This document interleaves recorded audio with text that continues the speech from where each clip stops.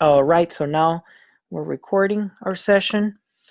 And before we get started with the quoting, I wanted to ask you about last week's class, specifically for Diagnostic 1, my feedback, what we went over with organizational components, body paragraphs. Do we have any questions about last week? Any questions about the organizational components or just in general, academic writing? How are you feeling so far? I want to hear from you. Any comments, any questions? Feel free to raise your hand, please. So far, so good, Norbert. Thank you. And we have a hand here. Let me see. 1 second. Let me see.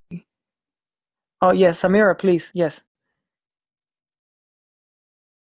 Good morning. And Hi, good morning. I just wanted to, I don't know if I'm on the right track or if I missed the point. When I reviewed the question that was initially asked, there was 3 parts to the question. And in my usual writing, I would attempt to respond to all 3 questions in my essay. But after the lessons we've been having, where the focus has been to determine a thesis and 3 supporting ideas, and then a conclusion, I've somehow missed the point in how to answer all 3 questions effectively. So I'm not 100% sure if we're still expected to respond to all 3 questions that were in the diagnostic, or I'm kind of confused right now. I'm waiting for the feedback that you'll give me on draft 2, but I think it's a concern for me that I don't think I've effectively answered what is the current role, should the defense strategy be included, and in what ways. So I'm not sure if I'm making any sense. Yes, you are, and thank you for sharing this concern. And I'm noticing that this is a concern that many of you have, and I still don't know how to tell you the truth. When we were working on the diagnostic, initially we only had the question and the idea, the purpose for the diagnostic is for students to determine. Let me see, because I'm confusing now with paper 2. We were thinking about the goal is for all of you to determine whether or not the military should be involved in the efforts for COVID-19. So for you to state your position in favor or against, using the military for COVID-19 efforts. So that's the primary purpose of the diagnostic. I don't know, when we were working on it, how the 3 questions came to be. We don't have to answer question by question because this is not a question and answer. The overarching main idea is, are you in favor or against using military resources or the military for COVID-19 efforts? So that's the purpose of the diagnostic. So as long as you created or as long as you worked on a draft that addresses that umbrella concern, then you're fine. I'm definitely going to let the other professors know that we need to tweak and change a little bit that diagnostic for future courses, because I understand those three questions can be very, very confusing, especially for the first essay. So thank you for sharing with me that concern, and I see that many of you have had that concern as well. So Samira, does that answer your question?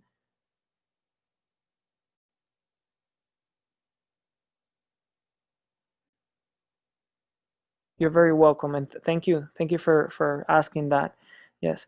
Any other questions? Any other comments, concerns so far with the diagnostic? Everything we have learned so far. Good. So we have thumbs up. Some of you, and I see some of you had the same concern as Samira. All right.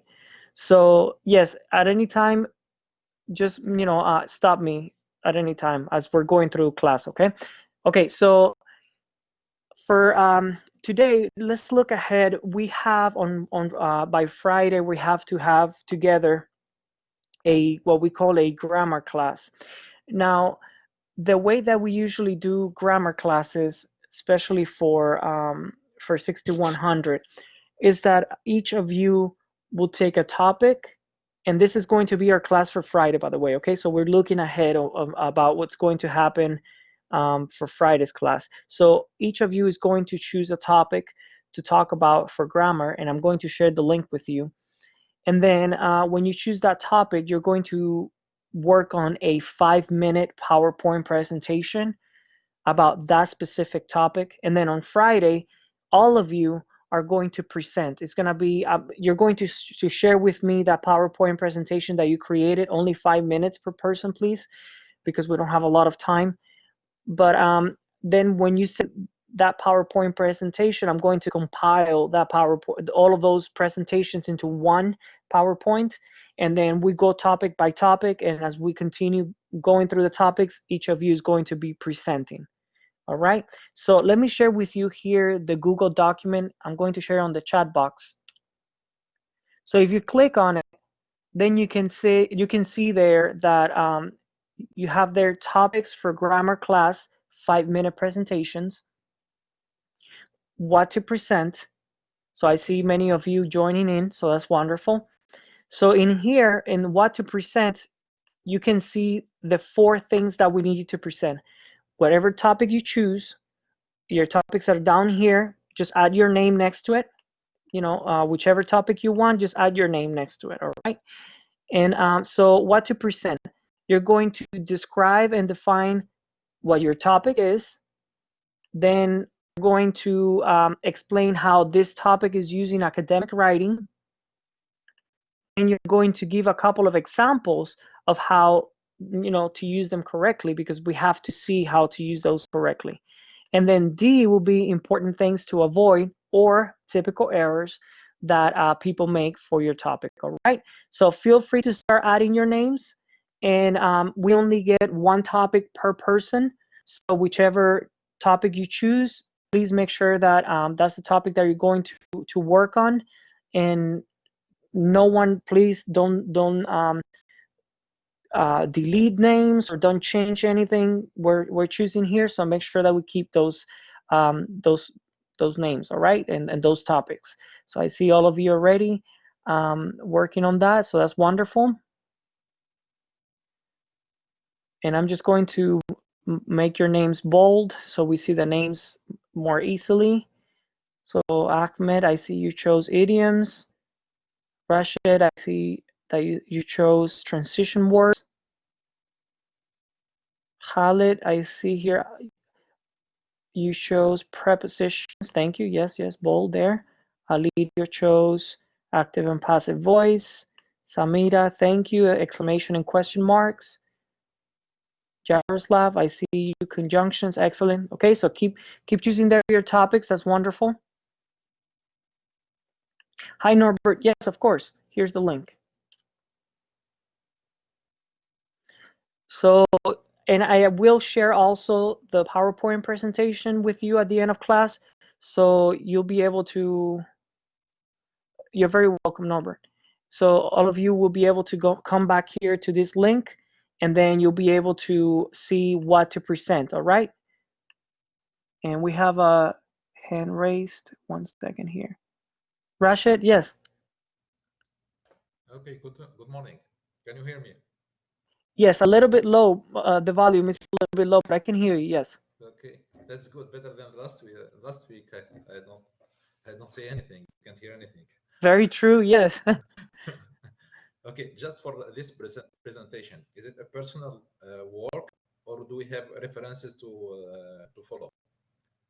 No references. Good question. So you're just going to create a PowerPoint presentation. Is usually 4 slides, maybe 5, and then you just, you know, you do your own search online, and you create that PowerPoint presentation. So there is no need to reference. You just go online and look for those resources, so you become the expert on that topic. Okay, thank you. Yes, good question. Yes. So I see here Enrico got verbs. Ali, you got adjectives. Good. Alif, you got paraphrasing. Wonderful. So make sure that you keep here your topics and don't forget them. Alhaz, I see you chose uppercase and lowercase words. Excellent. All right, so I'll leave that there for all of you. Mito, I see here you got periods and commas. Very important topic. Good. Ahmad, you got prepositions. Let me see. So yeah, so let me know if you have any questions. You work through these topics, and yeah, I'll share with you the link when I share the PowerPoint presentation. So you know, Norbert, you got fragment sentences and run-ons. Good. Oops, or not. All right. So I don't know if you took it out. Yeah. Okay. So let me just. Okay. Good. All right. All right. So let's keep moving forward. So again, what to present is up here. These are the 4 things that we need to present. All right. So if you have any questions throughout the week, please let me know. But we do need. I need your PowerPoint presentations. It's going to be 3, 4, maybe 5 slides, no more than that. I need those by Thursday. All right. So do we have any hand raised? Rashid, you had a question?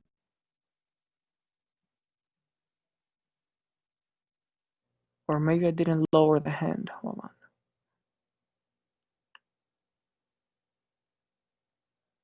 All right. I think you already had the question. But if you have another question, let me know, please. All right. So let's continue then with class.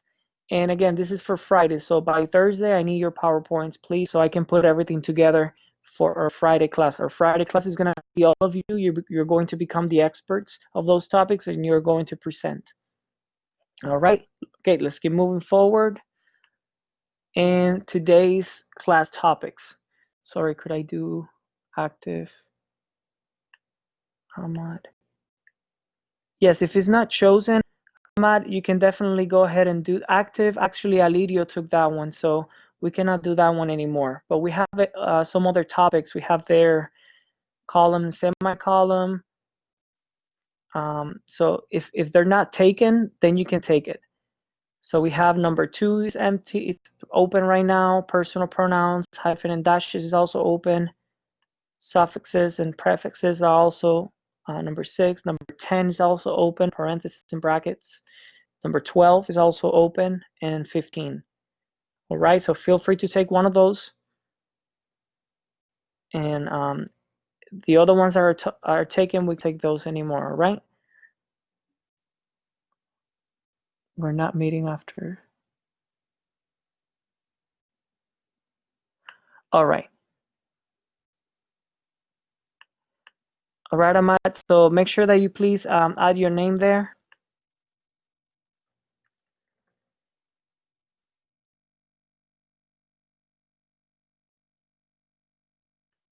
All right, so let's keep moving forward then. And so for today's, so again, today's class, we're going to be focusing on quoting, paraphrasing, quoting versus paraphrasing, and then summarizing. Those 3 tend to get confused very often, specifically when we're talking about academic writing. And I want you to know that for today's class, the topics that we're talking about, I'm already thinking about paper 2. And after today's class, I'm going to share with you actually an example of paper 2 from last year. And that was one of my, 100 student. He was a wonderful writer. So hopefully that example, that's not the draft that I'm going to share with you is not all perfect, but it is a very good draft for for paper 2. So hopefully that paper is going to give you some good ideas of what to expect for your next paper. So what we're learning today does not apply to the diagnostic or paper 1. If you're still working on that, it will apply to paper 2. All right. So what is a quote? And let me give you there some time to read if you want to read all of that information. But a quote, in essence, is you're using the same words from an author. So if someone else wrote those words, that sentence or sentences, and you want to use them verbatim, meaning word by word, then that's a quote. You're using someone else's words. All right. Now, something to keep in mind is that usually for quotes in academic writing, we there isn't a written rule, but it is recommended for students to use, or for researchers and writers to use, if possible, 40 words or less. Your direct quote should be 40 words or less. If it's more than 40 words, then usually, and also this is true for Chicago style, then there is another way to reference it, because if you do 40 words or less, you just do quotations, and then it can stay within the same paragraph. But if you do more than 40 words, then you have to separate the paragraphs, and it's too complicated. And also it becomes too long, because if you're sharing quotes that are like 100 words, then you're just repeating the same thing that has already been written, so you're not contributing anything new.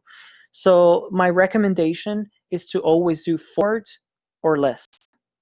All right, so any questions here so far with quotations?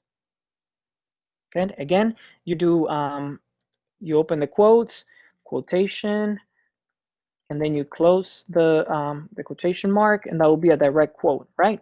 And then for citation, I shared with you a document, a PDF document from CISA, and it tells you exactly, we're going to go over it in a little bit, but it tells you how to do quotations for Chicago style, which is the style that we're doing. All right, so how do you use the quotes? Here's the thing for the quotes. Many people think that, and this happens to all of us, especially when we're trying for the first time to use quotes. It is true that quotes have strength, because you're using, especially if you're using an expert's words, because it's a publication from an expert, someone recognized in the field who knows what they're talking about. So that uplifts and elevates a little bit your paper. But it's very important to know when and where to put your direct quotations. All right, so this is again another sandwich that we think about. I was talking to you for paragraph 1, the sandwich, the introduction, 3 body paragraphs, and the conclusion. This is another sandwich here, and this is called the quote sandwich. So you introduce your evidence, meaning you introduce your topic first, then you add a quotation supporting that introduction to the topic, and then the following sentences you have to expand. You have to continue talking and analyzing more deeply that quotation and that topic, that evidence. All right, so quotation is not just adding sentences randomly. When you add a quotation, usually you have to, what you're contributing to that paper, to that research, to that writing, is that when you're using that quote, you're analyzing that quote deeper. Okay, and that's your contribution. Examples. Let me give you some examples here.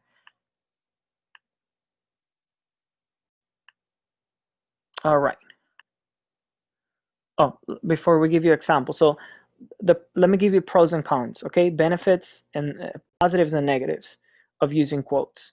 So the positives is that, as I was saying, when you use quotes, it shows direct proof and correlates your thinking with an expert's work, which is good. It elevates your writing. It adds strength. It adds strength to your claim, because it's not just your words. You're using publications and facts that have been approved by peer reviews, so that helps. And then it really, let me tell you this, in academic writing, if you integrate quotations in a very in a way that it really flows and is very smooth, it really helps your paragraph feel very, very strong. It really does. It works in your favor. It can work in your favor. And then also, if you choose quotations, you have to write less. It's already written for you, so you just have to use it, right?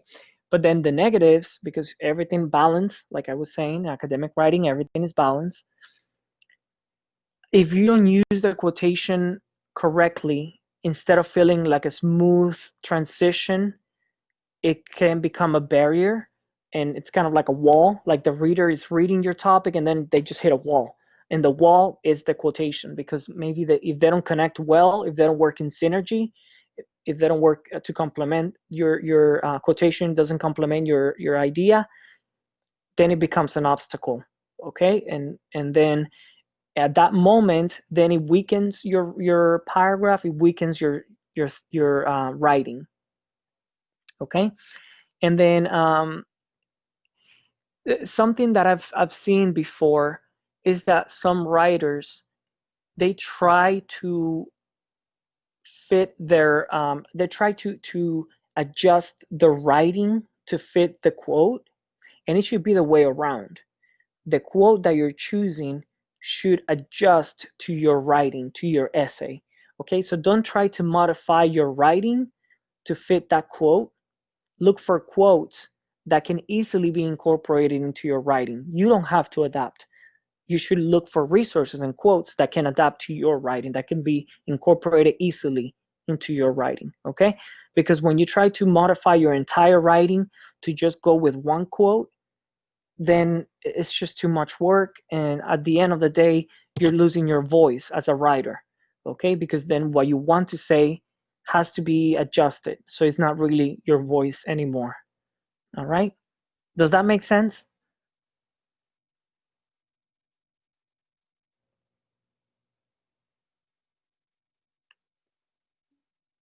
Yes. All right, so please let me know if I'm talking too much, if I'm going too fast. Let me know. All right. All right, so let me give you some examples here. So I'm going to give you some examples about quotations and what to avoid. Okay, this is what not to do. All right. Oh, and also this is a good example of what you will do on Friday for this section of what to avoid or common errors. All right, so 3 common errors. The first one, they call it the dangling quote or the hit and run, which is the first one here. Let me just do this here. This sentence, the first sentence here, and I'm marking this here so you can see it. So this sentence is your evidence. Okay, that's what I was telling you about. Remember the sandwich? So you do your topic first, evidence, introducing your evidence, your topic, however you want to think about it. So you're introducing your topic. Mr. Steve Jobs was a powerful visionary. Then remember in the sandwich you do, let me go back very quickly just to refresh. So you do evidence, quote, analyze deeper. We're not going to get into number 3 for my examples. I don't have those number 3s, but that's where you would do like 3-4 sentences more to analyze your quote or your topic. But let me go back here. So this is your evidence. Now from your evidence as a reader, Steve Jobs was a powerful visionary. So I'm thinking that the following sentences are going to talk more about Steve Jobs. And or even here, a powerful visionary, how was he a powerful visionary? That's what I'm imagining, right? As a reader, that's what I'm expecting. But then the next sentence, which is your quote, you share this. Apple, one of the most recognized companies in the 21st century, was founded by Steve Jobs. Now let's read both together. Mr. Steve Jobs was a powerful visionary. Apple, one of the most recognized companies in the 21st century, was founded by Steve Jobs. So this is what we call the hit and run or the dangling quote. They don't complement well. It's a quote that is a fact, is true. Steve Jobs founded Apple, but there are two problems with this sentence. Can anybody tell me the problems, or what do you think? Does it work? Does it not work? What do you think is wrong with this from the information we have seen before?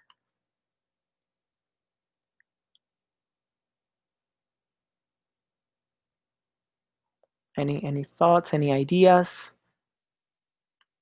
Does these 2 sentences work well together? Yes, no?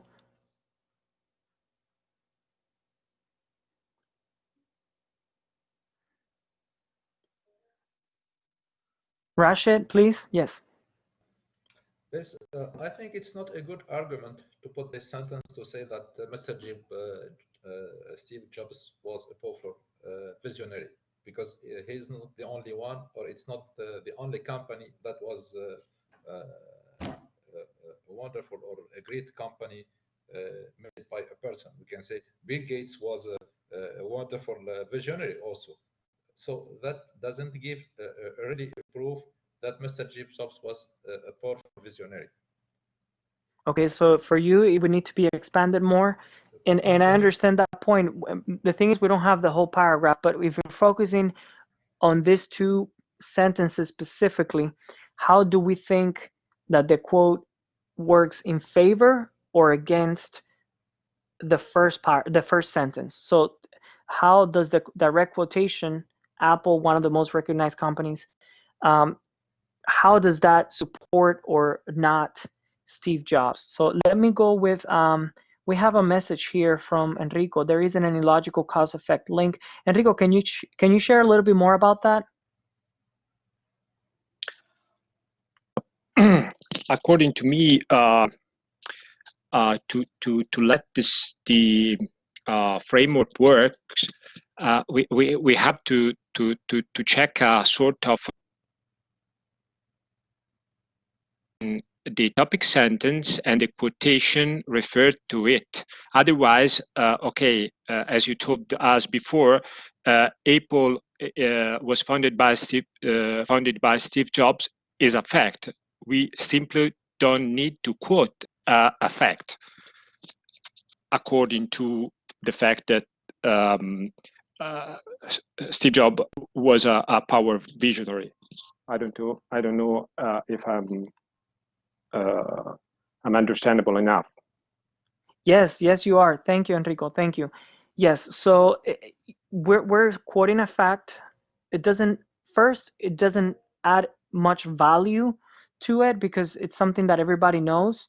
But let's go with, we had a hand raised. Hamid, yes, Hamid. I see here your hand raised. Thank you very much, Luis. I think when the writer is writing that Mr. Steve Jobs was a powerful visionary, now the quote should then complement that visionary aspect of whatever the writer is trying to say. So it does not say Apple, yes, in the larger context, yes, the Apple is a company which is a big company, and he how to complement that powerful visionary aspect of writer is missing. That's what I think. Thank you. Thank you very much. Doesn't complement. Oops, let me see here. Oh, I don't know. Not complete complement. Sorry. Let me delete this.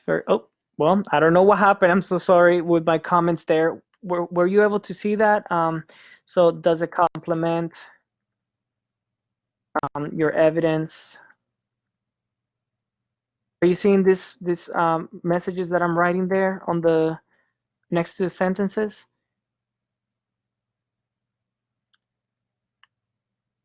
Are you able to see that? No? Yeah. All right, thank you. So I don't know what happened with the other ones. I erased them. I'm so sorry about that. All right, so yes, complement. Something else that I want you to think about. Passive voice first versus active voice. So now when we're transitioning into paper 2, because it's going to be more structured into academic writing, one thing to think of first, we have to detach ourselves. So no more personal pronouns, no more feelings, beliefs, emotions. That's not going to happen for paper 2. It's not going to work well. The second one is also passive voice. It's not going to work well for academic writing for paper 2 because we're elevating the writing a little bit more. So when we see passive voices like here, Apple Job, one of the most recognized companies in the 21st century, was founded by Steve Jobs. That voice, we have to change it into active. What will be active? The person doing the action. So Steve Jobs founded Apple, one of the most recognized companies in the 21st century. But even if we make that quotation, first, if we change it, it's not going to be a direct quote anymore. So we cannot use it if we change it. Second, even if we make it active voice, which we could not because we couldn't change direct quotations, then still doesn't add anything, doesn't complement, as Enrico was saying, as Hamid was saying, it doesn't really complement your initial evidence or your initial idea here for powerful visionary. So we would need a quote that talks more about this idea of powerful visionary and how he was a powerful visionary.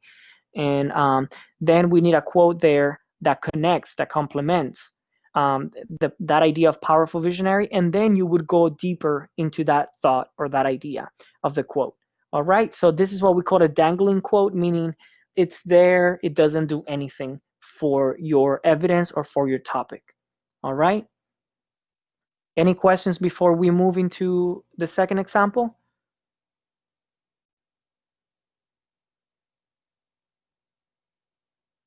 Good. All right. So the second example here that I have, and I want you to tell me what's wrong with it from an academic writing perspective. Okay, remember, I want to integrate things here that I want you to tell me what's wrong with them.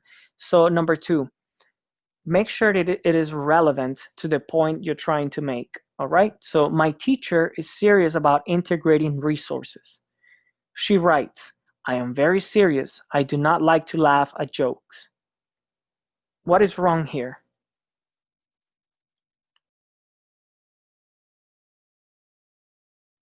Different context. It doesn't link, doesn't go together. Okay, different ideas, contexts. What else? From an academic writing perspective, what else is wrong in the quote or in the sentences in general? What else is wrong?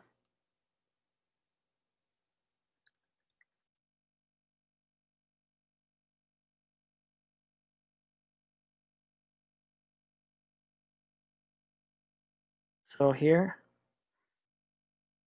the relevant quote, the tense, also personal pronouns and possessives. All right, so that's not something that we're going to do in first person. Thank you, Alidio. Yes, we're not going to do any personal pronouns or no possessives in academic writing. All right, so something to keep in mind. Also, number 3, avoid writing this quotation means, and this will be definitely when you start talking about when you introduce your evidence or your topic, then your second sentence should be the direct quote, and then from then on, maybe the 3 or 4 following sentences at the end of the paragraph to have 5 or 6 sentences in that paragraph. So the other sentences after the quote, make sure that you don't add this quotation means that. Okay, why?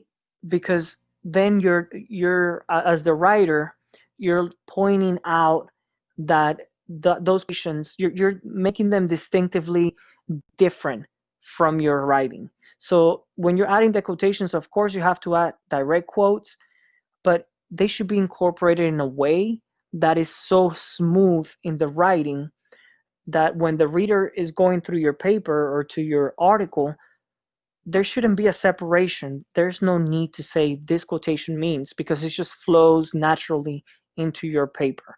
All right. So number 3, my teacher is serious about integrating resources. Integrating resources is a serious art form. This quotation means that she loves integrating sources to an art form. Well, first, right here, as you can see when you're writing, this means it's just kind of like an obstacle there, like a wall. This quotation means, I'm like, what? I'm not focusing anymore on the topic. I'm focusing on the meaning of the quotation. So you see how that changes? So my teacher is serious about integrating resources. Integrating sources is a serious art form. So I'm still talking about sources there. Very good.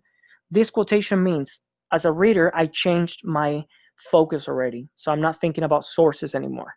Does that make sense?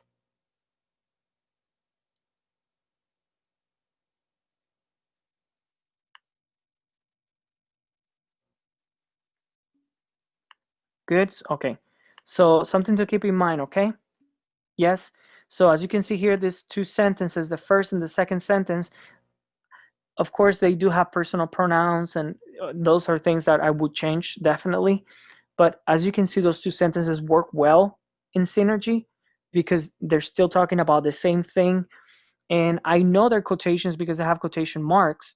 So I know they come from another source.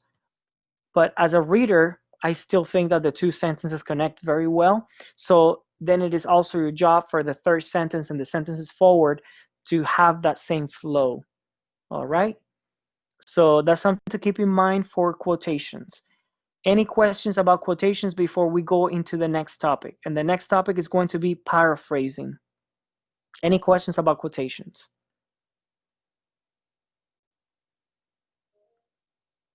Ali, please. Yes. Just a little question. You said that we shouldn't use first-person sentences in the quotations, but the quotation definition is that repetition of the words. So should we change the first person to third person? No, we shouldn't change because it should be a repetition of words. So what should we do then? Good question, Ali. Excellent, excellent question. Okay, so here's the thing. If you're writing an academic paper, the quote that you're going to use, if the references that you're using, the resources, the articles that you're using are also academic, they won't have any first person. So they will be written in the same form that you're writing. So that's why they connect well. So if you're writing in the third person and you're not including personal pronouns, no possessives, and then you're choosing a source that integrates first person and beliefs and things like that, then that source, we have to double check it because it's probably not academic writing. Does that make sense? Yes, good. Great question. Great question. Any other questions about quotations? And another point that Ali made, very important, we cannot change the words in the quotation. If you're going to use a quotation, you determine how long and how short the quotation is, but you cannot change any words. Okay, very important. Any other questions here for quotations?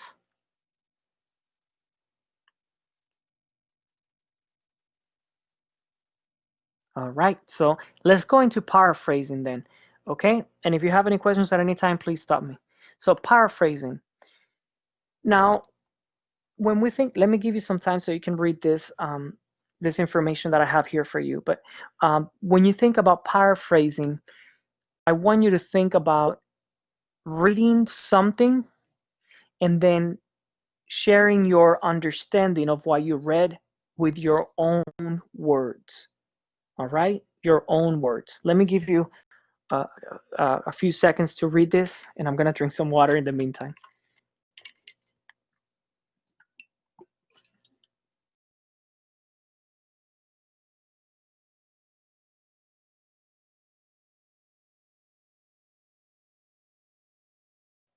All right, so as you can see there, paraphrasing, you're using someone else's idea, but then you're transcribing it, you're using your own words. It's like you're taking their thoughts, you're putting it in your brain, and then you're writing it, you're filtering that content, and then you're writing your own words. Something that I have to share with you about paraphrasing. If you're paraphrasing something from someone, and then you use, even if you use some words that are similar, that's considered plagiarism. Okay, so with paraphrasing, we have to be very vigilant and very aware not to make any or not to commit plagiarism in any way if possible. All right, so with paraphrasing, please remember that. Okay, so let me give you some examples. First, how to write an acceptable paraphrase. So step one, you have to read the original passage, and it could be a paragraph. Many times when I'm writing, just to give an example, and you're going to do this as well in your other classes. And as you see here, we have like time frame classes in graduate education here in the US is very fast paced, and they're going to give you a lot of reading, and you have to produce, write. Very similar to what we're experiencing right now. So many times I don't have time to read like 10 pages or 40 pages. Sometimes they give you like three or four chapters for 1 week, and then you have to write like a 10-page paper. You don't have time to read every single page. So what do I do? Instead of reading the original passage, everything 3 times, then what I do is that I focus on specific, and sorry about that, I focus on the specific topic that I want from the reading.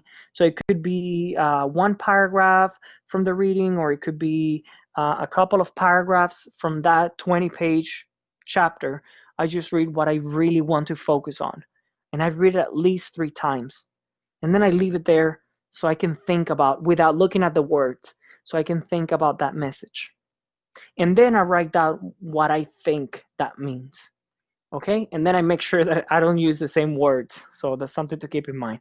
Okay, so you make notes, and that's when I'm processing the information. Then feel free to translate. Many times, and if you're, all of you are bilingual or trilingual or multilingual, feel free to think about that you have read in English. Think about it in your native languages, in your 2nd, 3rd, 4th languages. I do that all the time, and I feel that it helps me clarify a lot of thoughts and ideas. And then also, I realized that in you know, when you're thinking in other languages, your vocabulary becomes more rich, because then right now you're only reading in English, and that's your vocabulary that you have right there. But then if you think in your other languages, then it's rich vocabulary. It's very I mean, it really gives you a different perspective of what you're reading. So feel free to do that if you need to. And then step 4, that's when you start you know, drafting a little bit there what you read. All right, so some things to think about. Everybody has their own steps, so feel free to follow your own, whatever works for you, but this is just a recommendation. So some things to keep in mind for acceptable versus unacceptable paraphrases. So an unacceptable paraphrase incorporates exact wording from the original passage. Okay, it might be in the same order, or maybe shifting some words, like the 3rd word, I put it like in the 5th word, or I put it in the next sentence, but it's still the same wording. That's not acceptable. That's considered plagiarism. All right, so something to keep in mind. Also, if you look for synonyms, and synonyms, they mean similar words, or words that mean the same, and then you just share, you just kind of rework a little bit the sentence with synonyms, and that's called plagiarism as well. All right, so it has to be your own words and your own understanding. Okay, and also when you paraphrase, and this is very important, even if you're paraphrasing, you still have to reference at the end of that sentence, because you're letting the reader know, look, this is my understanding of something I read, and what I read is at the end of this sentence, and that's a citation. All right, so even if you're paraphrasing and you're using your own understanding, your own words of someone else's ideas, you still have to give credit to that writer or to that source, because they gave you the idea to process your own thinking. Does that make sense?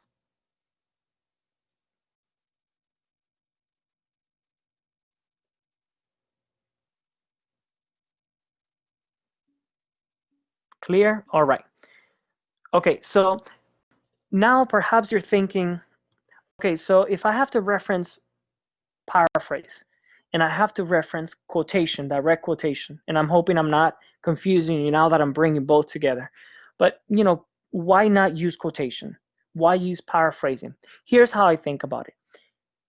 If I am not able, if I read something and I really, really like the wording, paraphrasing a very long quote, well, yeah, if you're going to, excellent point. Who wrote that? Let me see. Ali, yes, excellent point. Excellent point. Ali, please go ahead. Can you talk more about it? Yeah. I mean, just to aware you that I met that point, and I think paraphrasing, you said that a quote should be equal to 40 words or lower. So if you want to take a quote, or if you want to make quote which is very long, longer than 40 words, so you should make a paraphrase. Then you should include a reference or citation. Then it becomes an paraphrasing. Over. Excellent point. Thank you. Excellent point, Ali. Excellent point. Yes. So different things. And Ali said it excellently. Excellently word there. So here's the thing. If you think it's a very long quote that you're going to add, then use your own words. Also, if you think that perhaps when you're talking about your own writing, when you're writing and perhaps the quote that you want to incorporate, you think that it's not going to flow well because the style of writing from that quote and your style of writing doesn't complement one another, and I have seen it many, many times, then perhaps a direct quote is not going to be a good approach there because the styles of writings are a little bit different. Also, personally, the way I think about it, when I read something, if I cannot make it better, if I cannot share my thoughts or my words in a way that is more eloquent or uh, more academic, then I use direct quotes. If I read something and I know I can write something better, I'm going to do paraphrase because I'm going to use that idea. I'm going to reference that author, but I'm going to have my own words because I know I can use better words or better way to explain something. If I cannot create better words, or if I cannot write something that I know it's going to be, better or more appropriate for the readers, then I use direct quotations. So that's how I think about it personally. So perhaps that's to keep in mind for you. Okay, everybody makes that choice and that decision when you're writing. Whatever works best for you and your specific project at that moment. Okay, so let's practice very quickly here. And let's practice as a class. So let me give you a minute or so for you to read this, maybe a couple minutes because it's a paragraph. Let me give you a couple of minutes. Please read this paragraph, and then when you're ready, please share with us one sentence, maybe two sentences, paraphrasing this in your chat box, all right? So whenever you're ready, let me give you a couple minutes.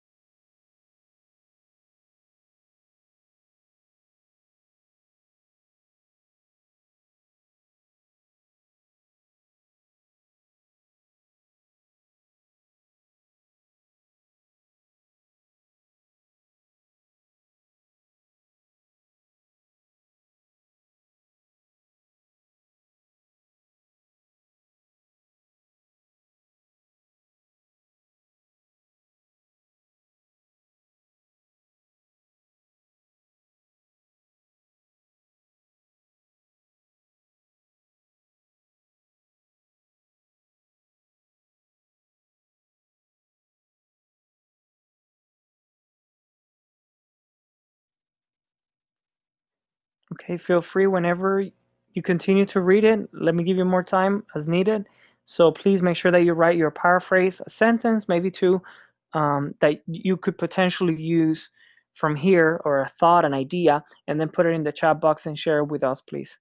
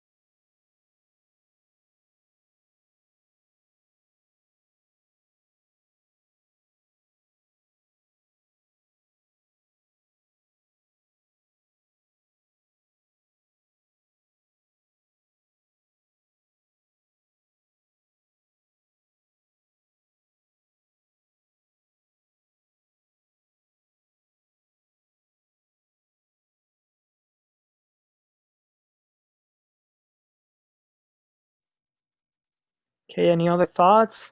Enrico, thank you very much for sharing this. Any other thoughts, any other comments? Samira.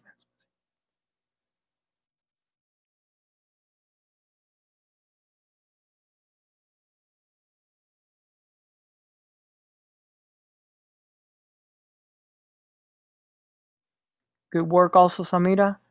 So you see, and for some of us, this might be the elders. Ahmed, you see, so all of us have a little bit of a different perspective here of what we're looking for. As you can see here, for example, Ahmed, he's making that point that it is true that although we have evolved a little bit, we also get errors sometimes. So you have to pay attention to what you're looking for and use that idea to write your own sentence or sentences to complement your writing, to complement your essay, whatever you're writing. Hurricane warning, system needs a reload. As we can see here also for Hamid, he's looking specifically for the errors and how, you know, because of it takes longer time, leads to errors.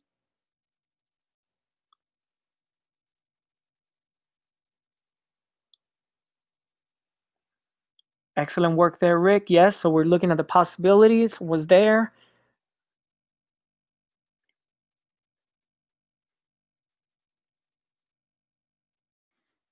Excellent, Yaroslav. Thank you. So you see, all of us have our own paraphrasing. It's that's a good positive of paraphrasing, that we can read the same thing, but we look for what we really, first, we understand things differently, and secondly, we look for things that we, you know, call our attention, whatever helps us specifically, especially when we're writing. So that's positive for paraphrasing. So something to keep in mind. So let me give you here some additional points here about paraphrasing, and also know that many times if you're working on a topic that is not close to you, like for example here, weather forecast is not something that I usually read about. I read about languages and writing and reading. That's usually my topics, right? For you will be security, military, some of you engineering, depending on your topic. So you might not be comfortable, or you might not necessarily understand the whole picture, and that's okay. So then when to choose one or the other, okay? So I'm not going to say that one is better than the other. It has to work for you. So you have to make that decision when you're writing your paper. And I'm sorry, it's a little bit abstract here, but it is true that quoting is not better than paraphrasing. Paraphrasing is not better than quoting. It's just two different tools that you have to make your paper stronger. So use both. All right. So just keep in mind that when you're paraphrasing, you're using your own words, but you still have to cite that author or authors, okay? But then when you're doing direct quotation, you make sure that you add the quotations, and then it has to be word by word, okay? Both of them require citations. So you have to give credit to whether you do citation, whether you do paraphrasing or direct quotes, you have to give credit to the authors, okay? So the more you start using them, both of them, the more comfortable you're going to feel. But please know that one is not more important or considered more academic than the other. I use both when I'm writing my papers, when I'm doing research. I use both as needed to fit my own writing, okay? So you can use either or. Something else here about quoting and paraphrasing. When to quote, and again, this is just a recommendation that I'm giving you, okay? Feel free to use it or not, but a recommendation is to use quote when if you're paraphrasing and you're noticing, and this goes back to what I said to you, if I cannot write it better than the author, I'm going to do direct quote. Okay, if I know those words are very, very good and I'm trying my best to come up with a new meaning or a new wording or a new way to say the same thing, and I'm losing my audience and I know the reader is not going to understand what I'm saying, I'm going to use direct quotes. So if you think that the meaning of what you're going to say is going to be compromised, use quotes, okay? So an authority, let me go to the fourth point here. An authority agrees with your standpoint. If you have someone huge in your field that specifically talks about this idea, is that a specific form for the paraphrasing? Rashid, good question. There is no form for paraphrasing. And I can share with you, let me see here. If you can give me a moment here, I can tell you how it's going to look. So something like, let me see. One second. So if paraphrasing, there is no thing with paraphrasing is that you don't know when it starts and when it ends. You just add, you just give at the end of the sentence, you give recognition to the authors, but we don't know where it starts or where it ends. So let me give you an example here. Just to finish this thought here. So an authority that agrees with your standpoint. If someone big in your field, you're writing about something and you see that they have talked about it and they agree with what you're writing, well, not specifically your writing, but that the same idea, then I would use direct quotes, because you're saying, look, it's not that I'm just saying this, it's like this big person in the field is actually, he or she wrote about this, and she or he knows, my standpoint, so I'm using their words, and that's going to give a lot of power to your writing. Let me share with you my screen here very quickly, so I can share with you how this is going to look. Hold on. Okay. So this is actually my writing here. So it's hopefully my writing is not going to confuse you, but just to give you an example here, this is paraphrasing. So I read these two ideas from these two people here, and I took their thoughts, their comments, and I made that statement in my cogitations and research. I often find that content-driven, cognitive or analytical-based instruction, that the content-driven instruction we practice in our learning environments often fails to address emotions. And here I was talking about languages and emotions in language learning. And I'm saying, look, from it's my own thinking, right? I was thinking about this, but also my own research, and do this right here when I say research, and then I add here at the end of that sentence, I add those two references. I'm saying that I'm using their work.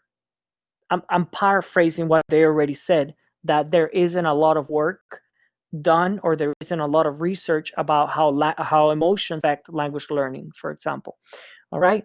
So as the reader, you don't know where I started my paraphrasing, you don't know where it finishes, but you know that I'm using those authors' works to help me say what I want to say. So I'm paraphrasing the work. However, if I do direct citation, let me go to the direct citation here. You know, right there, you know where I started with my direct citation, because it's right here before parents, and you know it ended right there in schools. And you know the author, you know the year, you know the page number. So, by the way, that's less than 40 words. All right, that's like 37 or something like that. So yeah, so that's the difference between citation and direct quotes and paraphrasing. Okay. So I hope this kind of gives you an idea of how to incorporate it. I would do, if possible, I recommend as much as possible to balance between paraphrasing and quotations and direct quotations. So don't excessively focus on one or the other. Try to balance it as much as possible. In academic writing, everything is about balance. If you do too much of one thing or the other, it's just not gonna look good, because it's just gonna look one-sided. So you want to balance as much as possible whatever strategies you're using. Okay, so let me go back here to paraphrasing. And did I answer that question? What question? Let me see. Specific form. Yes. So Rached, did I answer that question?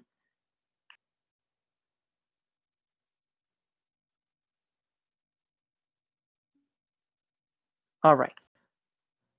So yes. So, and then that's when I would definitely use quoting. Okay. And then when not to use quoting, going back to the three examples that I shared with you. Okay. The dangling quote, the one that doesn't add anything to whatever you're saying, the one that changes your voice. So, you know, whenever you have some time, make sure that you go back to what we went over, those three examples. This, that's what to avoid. All right. And definitely this quotation means that. We don't do that one. Okay. Because again, that works against you. And so quotes, this is what I've been telling you. Quote when you cannot say it any better than the author. Paraphrase when you're able to do so. Okay, that's what I think about it. But again, everybody has their own thinking. All right. So let's just move to the next here. I was gonna do another example, but let me. So the section of text. Okay, so no, I don't think we're gonna. Actually, I want to go into summarizing because I want to give you some time for yeah, for paper 2. Okay, so this is an example of how to use quotations specifically to strengthen your writing, whatever you're writing about. So great efforts have been put forth to save giant pandas in recent decades. the Chan Foundation for Panda Livelihood contributed over $20,000 to the San Diego Zoo last year to ensure that its panda camera would operate 24 hours a day, 7 days a week. So right here, you're paraphrasing, okay? Because you're adding a quote right there. And this is Chicago style, by the way. So you're acknowledging, you know what, this information, I put it in my own words, but it's out there. This is another resource that I took it from. President Danny Chan said, now people from all over the world can see the fascinating behavior of pandas, such as eating bamboo and sleeping whenever they want. And that's a direct quotation right there. Okay, and this is your citation. Because Chicago style, you do footnotes, and please make sure that you go back to that PDF document that I shared with you, and it gives you very detailed explanation of how to cite. And I know Chicago style can be a little bit difficult and confusing, especially in the beginning when you start using it, but that document is very, very good.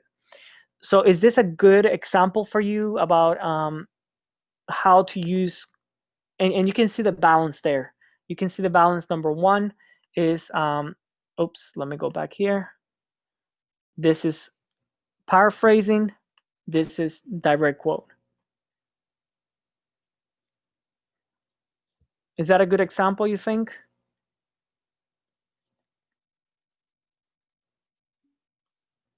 Okay, so I hope this helps. And you know, something to keep in mind, I'm definitely going to give you a better example for paper 2. All right, so I'm going to be emailing you that later today. So also something that I would definitely quote, and I added this also. Yes, Ali, please. One question for this paraphrase. In the first paraphrasing, we talk about the $20,000. Later paragraphs, we will also mention this paraphrasing, maybe especially for the money. Should we make an additional quote, and should we put again the number 1 to the later paragraphs? Excellent point. Yes, if you're going to continue, you shouldn't something first. So you shouldn't continue to repeat the same idea throughout the paragraphs, but if you do, for whatever reason, you still have to continue to reference the source. Yes. So it's not one-time citation and that's it. If you're paraphrasing the same resource through different paragraphs, you have to continue to cite it. Yes. Good question. All right, and we have some comments here. Okay, good. All right.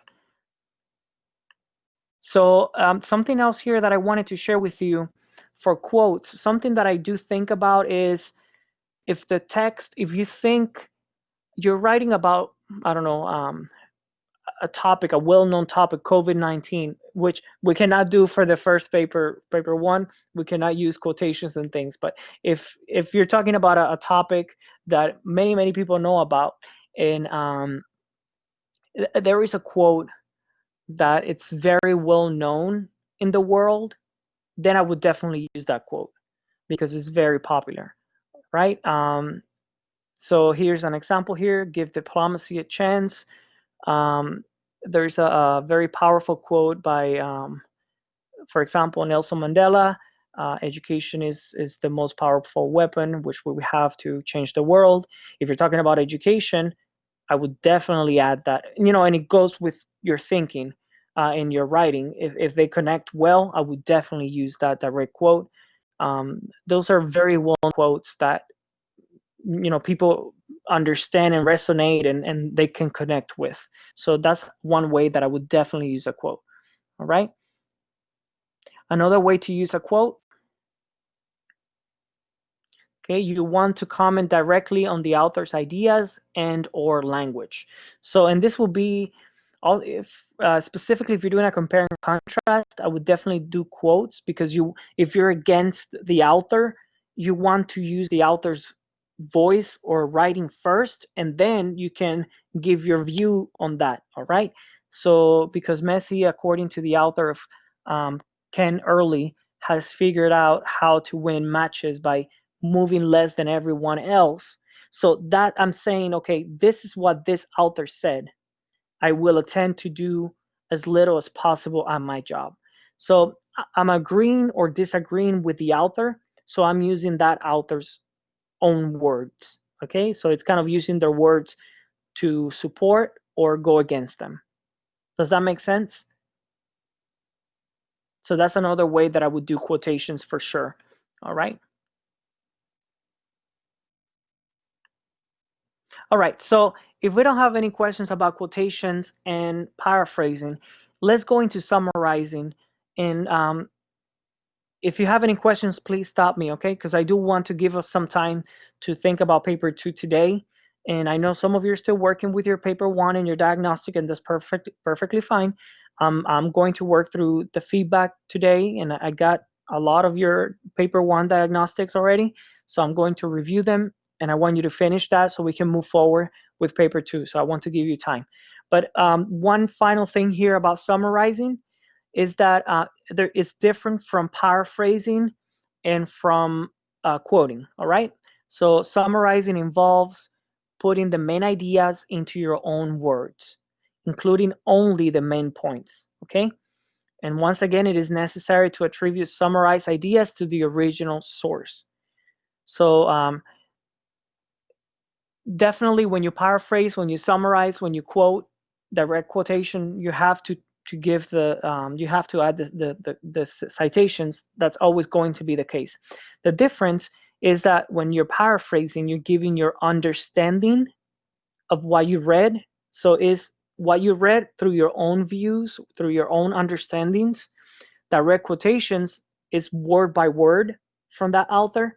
But then when you're summarizing, it's not your understanding. You're saying, okay, these are the points that the author made in this writing or in this essay or in this book or in this article. The author talked about 1, 2, 3, 4. That's the most important points. Those are the main points, or points if it's only one, that the author made. All right. Any questions here about summarizing? Summarizing, I usually don't use it in academic writing. It has to be, especially if you're doing a review of the literature, or you know, maybe a paper or an assignment where you have to kind of find the more important points out there about a topic. Then I would do some summarizing. But usually for academic writing, you use better paraphrasing or quoting. So that's why I'm not going to spend too much time here. But do we have any questions with summarizing?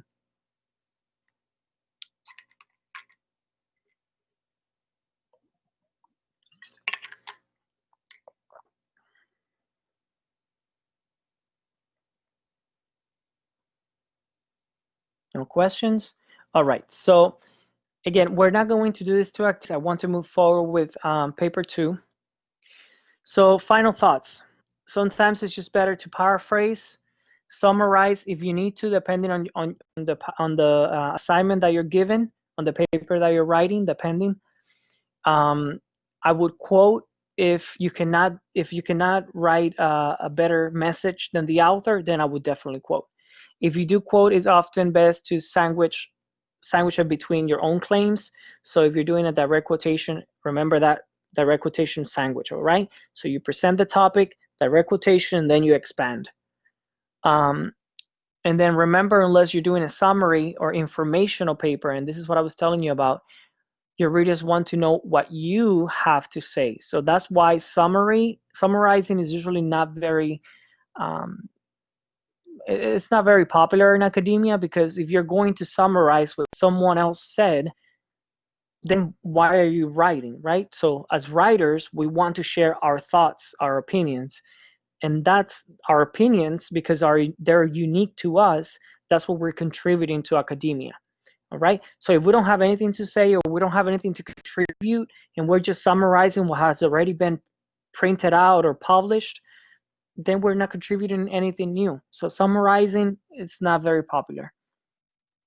Okay, so any questions before we go into paper number 2? I want to hear from you. Any questions? Any comments? what if the writer wants to quote or paraphrase from, hold on, let me go back here. Malhaz, what if the writer wants to quote or paraphrase from different language? Are there any rules?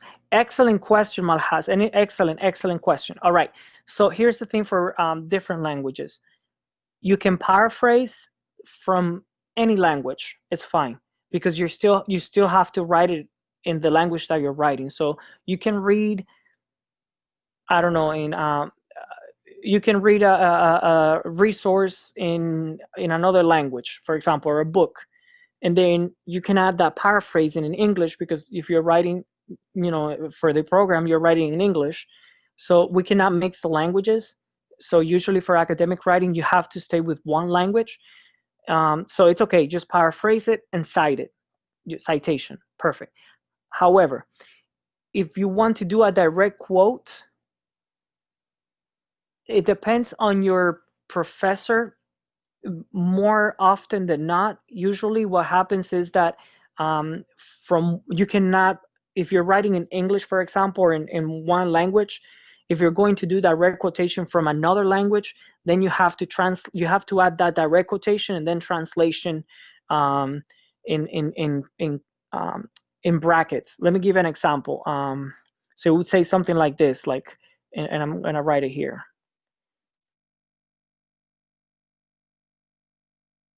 This is Spanish, by the way. I'm just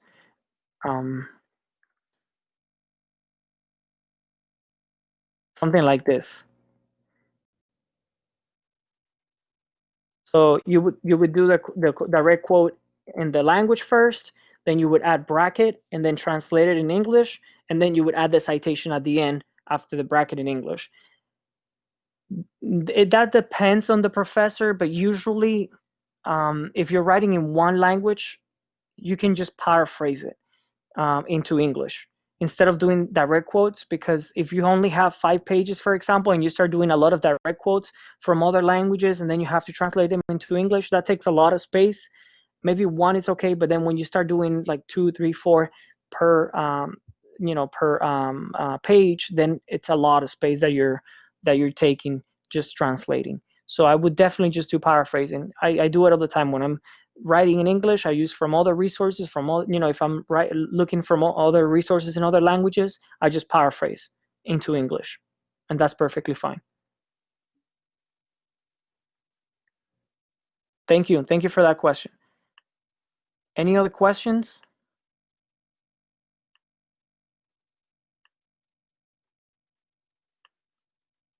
Any other comments, ideas, thoughts?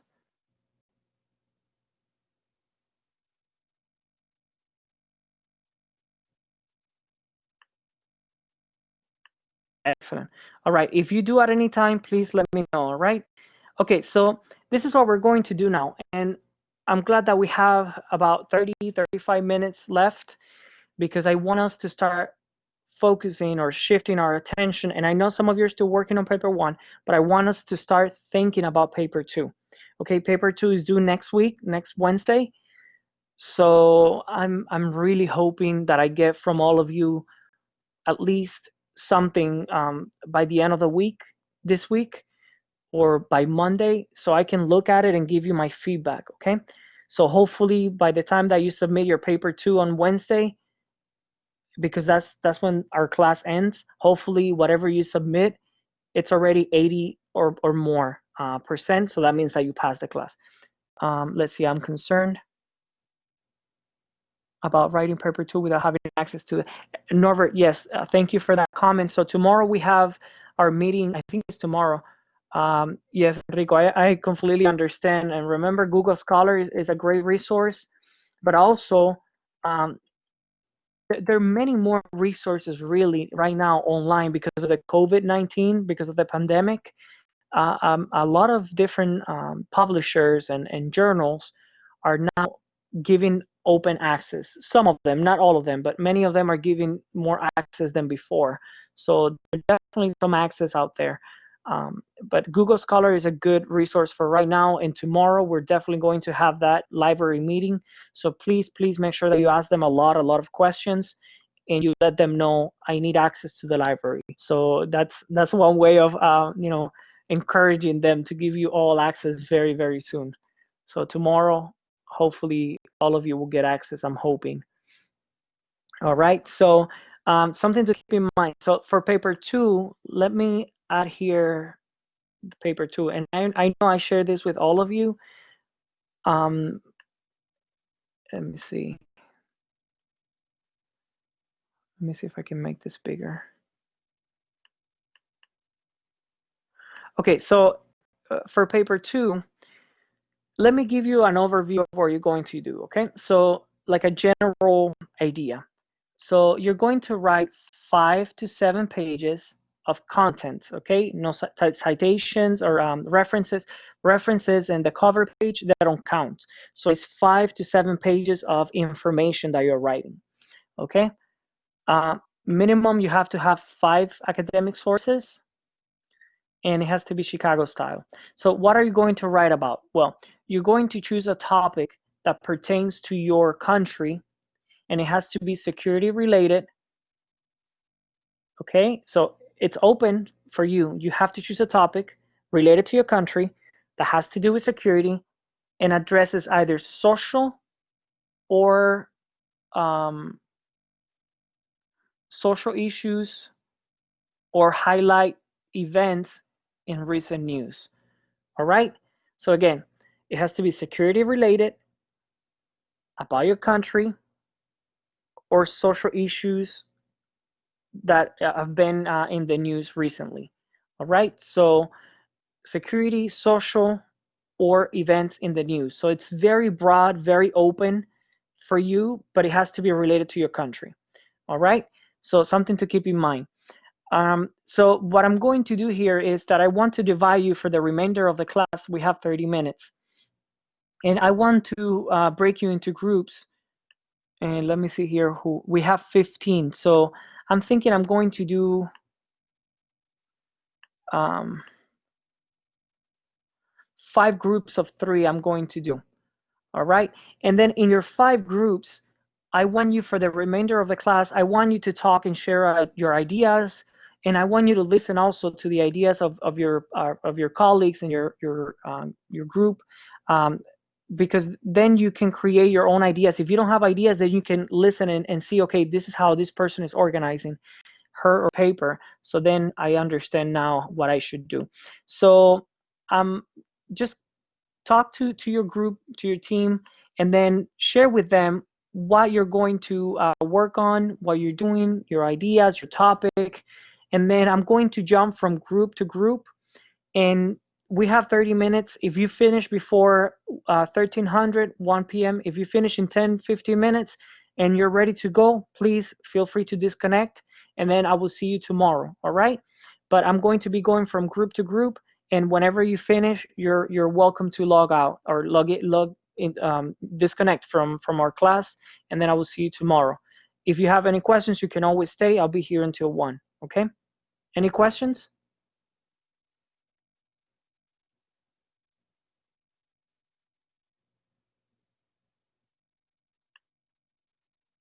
No questions? Okay. So again, I'm breaking you, not for now. All right. Again, so I'm breaking you into 3 groups of 5. All right. And then you're going to talk. Please start talking about your ideas, what topics you're going to talk about, how you're going to organize your work. And then from there, whenever you finish, if you feel ready, you can leave. All right. And then I'll see you tomorrow. Okay. So breaking the groups now.